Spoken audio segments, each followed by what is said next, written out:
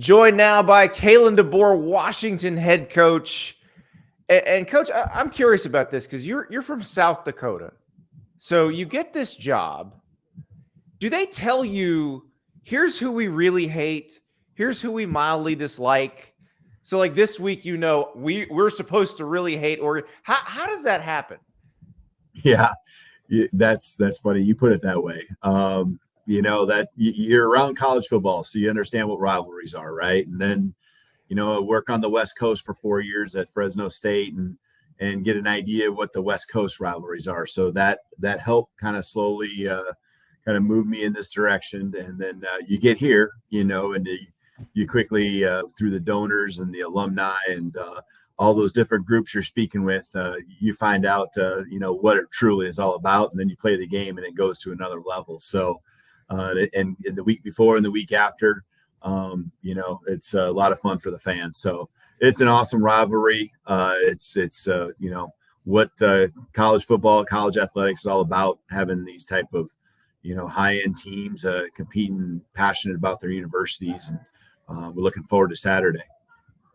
How quickly did it go from thanks for beating Oregon after you beat them last year to you better not lose to Oregon this year?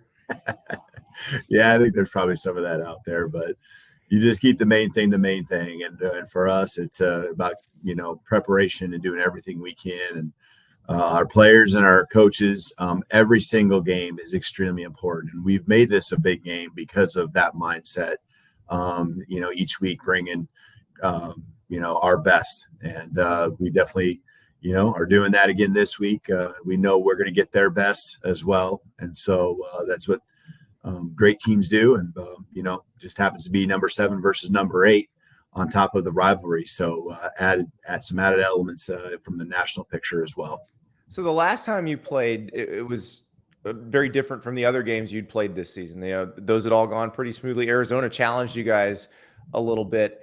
What do you think you learned about your team in that game? In last year's game against Oregon? No. In the game against Arizona that you just had. Oh, this last week. Yeah. You can tell where the focus is at, right? Oh yeah, absolutely. Exactly. I think it was good for us to kind of be pushed a little bit to the end with a couple of just game management things and stuff like that. And there are some new faces in our program. So, those guys, feeling it and being around the guys who have been through a few tests last year in particular at the end of the year, whether it be bowl game or our month of November, which had a few pretty hyped and close games. So it was good for us. I think, that there was only something that we can take from being a positive. One way to kick it off is to find your Prize Picks squares, because Prize Picks is the easiest way to play daily fantasy. You download the Prize Picks app, you use the code Andy, and they are going to match your first deposit up to $100. So if you deposit 100, they'll match you 100. If you deposit 50, they'll match you 50. How it works, you pick squares. You decide, is somebody going to be more than or less than this number? I'm looking at the quarterbacks this week. There's some crazy quarterback matchups. Let's talk about the one in the biggest game, Michael Penix Jr. and Bo Nix. So they've set some very high numbers for these guys. Michael Penix Jr.'s number is 359.5 passing yards. Bo Nix, 291.5. Whew, that's a lot. If that comes to fruition, if both of those guys hit those numbers, we are going to be highly entertained in this game. Let's go the opposite direction. We got squares for that Iowa-Wisconsin game too.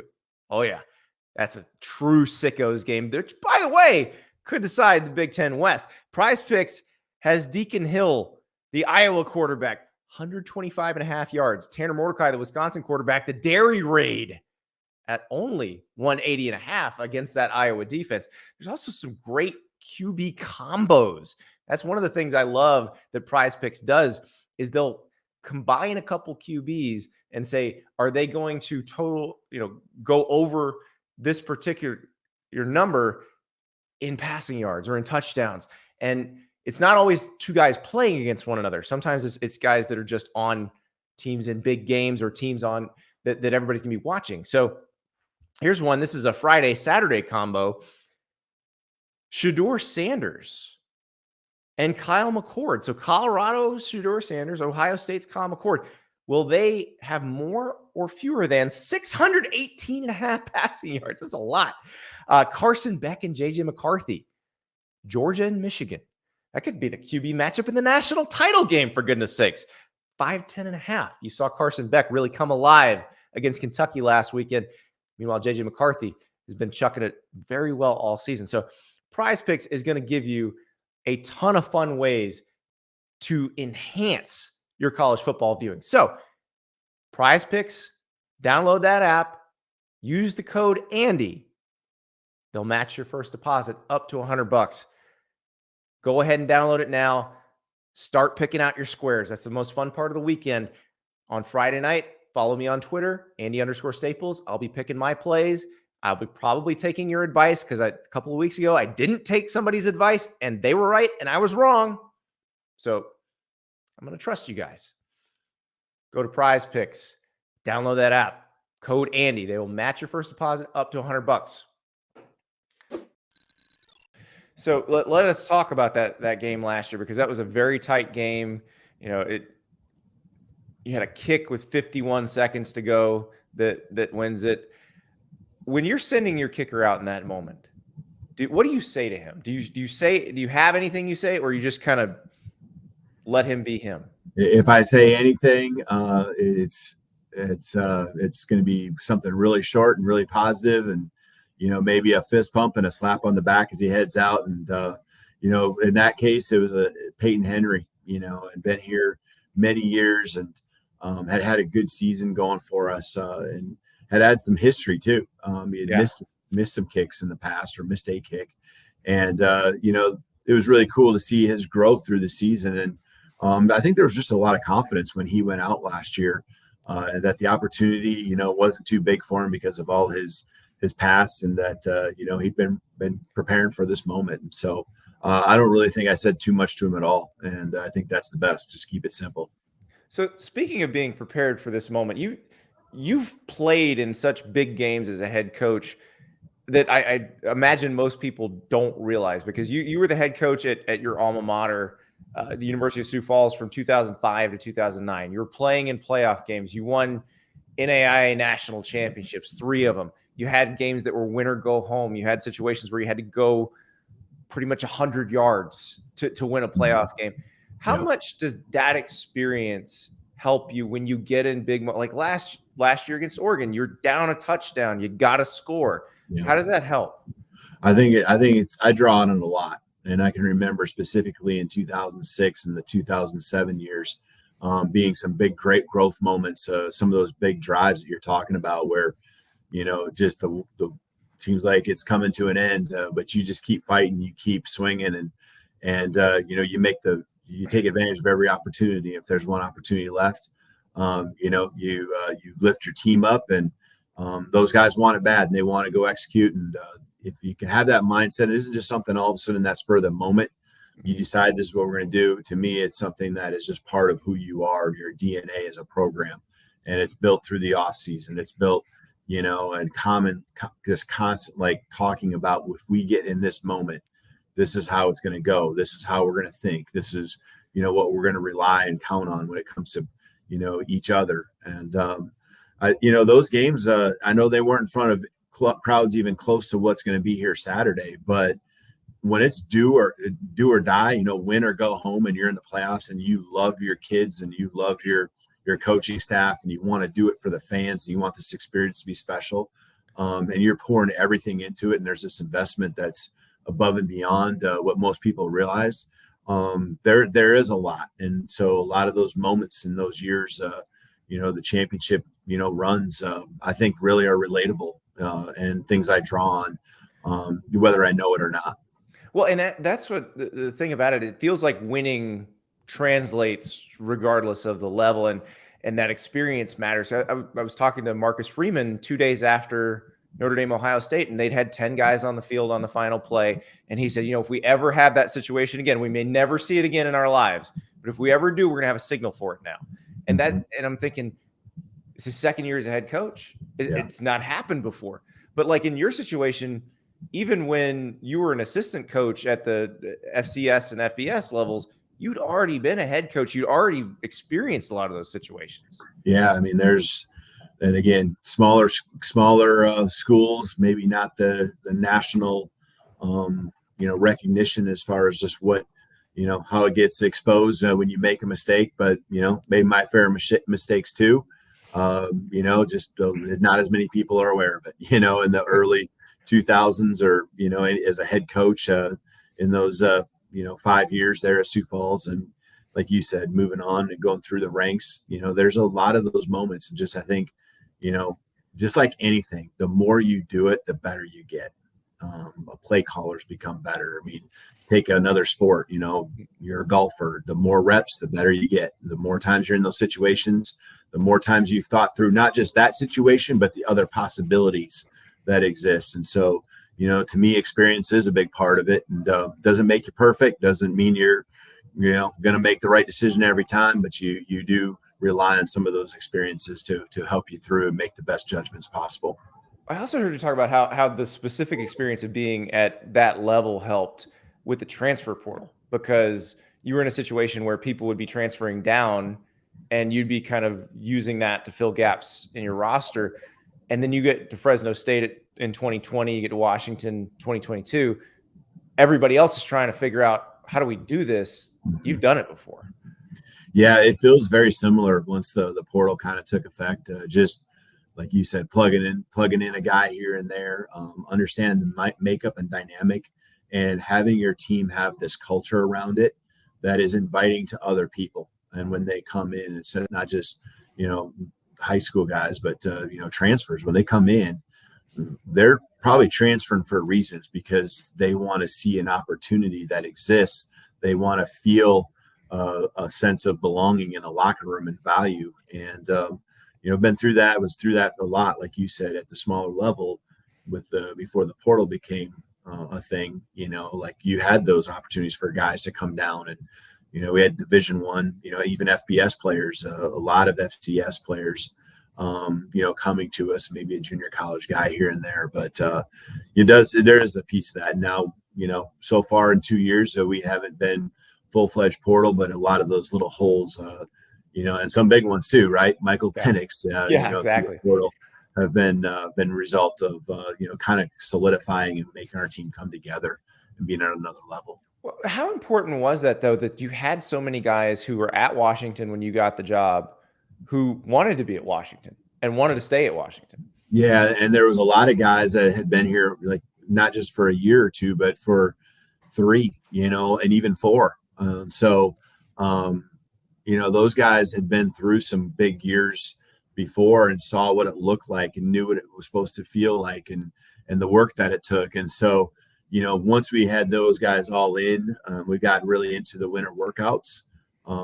They just never flinched. I say that every time. I couldn't be more appreciative of the way that they just saw, hey, this is, it's about work. It's about good people. It's about, organization, and just, everyone heading in the same direction. And I think once we proved to the guys that were here in the roster, there was a lot of talent and still is, on this team. A lot of those guys, really brought it all together and got us to where we're at last year and even today. You mentioned your quarterback, Michael Penix Jr. I saw Tom Allen at the coaches convention right after Mike had transferred to you guys, and Tom said he's a great guy. He needs a new situation. He's been through so much with the 3 season-ending injuries. Yeah. What was it like for him going into this offseason, having gone through a year healthy, where you could see exactly what the potential could be? Yeah, no, I think that's really what it was. Mike just needed a fresh start, just even for himself, and when he came here, not just this year having an off season, and he had an injury, in the middle to end of his final year at Indiana in 2021. Yeah. But he had an off season last year too, which I think lends itself to a great season a year ago. And again, building on that and stacking 2 years on top of each other makes him even stronger. Just everything he does from even a skill level is just on point even more. So I think those off seasons have been huge for him. How does he work with Brian Grubb? How is that combination? Yeah, it's really cool. You know, and knew Mike was capable of that, having sat in the room with him myself, and then just knowing the qualities and just, you know, the way Coach Grubb works. It's just really awesome. You know, I just got so much trust in each of them individually, and then collectively you bring them together, and the competitiveness, the just the intelligence both of them have. You know, there's just so many things, and it's cool, you know, knowing and seeing on game day just the fruits of their labor. Just, I mean, the work they're putting in, because I think a lot of people don't even know. They just see talent and they see, you know, cool system and offense, and, you know, got some receivers. You know, I mean, there's so much work and just details that are just being ironed out. You know, I think most coaches probably get that, but man, it's really cool. Have a lot of confidence in those guys each and every week. How much fun is it in a week like this? You're an offensive guy. You've helped design this incredible machine that Michael runs on the field.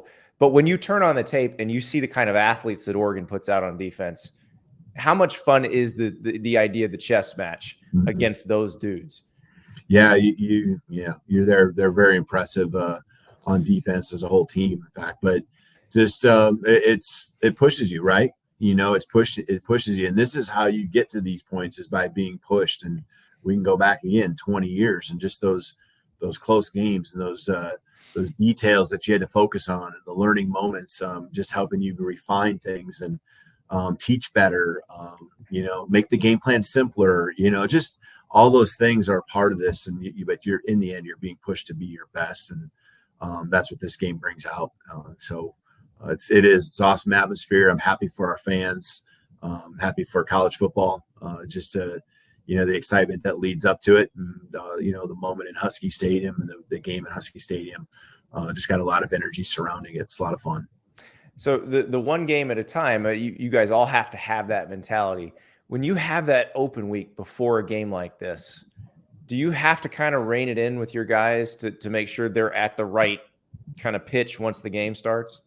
I think naturally we just, our schedule, and knowing how we wanted our schedule to be, you know, they needed a break, because it's 5 weeks of football that we've played when it comes to Saturdays, but it's also another 3 to 4 of fall camp. And so, you know, we're a strong 8 weeks in. You know, there's 7 weeks left of the season, and so it was a good time for us to have our bye week. And we gave those guys, you know, once we wrapped up Arizona, we gave them a few days off. So the schedule lended itself to being able to just, like, you know, temper it down a little bit. And then, you know, once we got later into last week, into the weekend, you know, the energy just picking back up. You know, you don't want to peak with your energy too quickly, because you know, in a game like this, that can happen. You know, and all of a sudden now you're not really at your best come game day. So guys are doing a great job. Again, it's the mature group that we have here. So the week, you know, just methodically moving along and taking care of, you know, like what everyone says, the process that we have in place, doing it to our standard. That's where the focus is at. Coach, thank you so much. Good luck on Saturday. Yeah, thank you. Appreciate you having me on.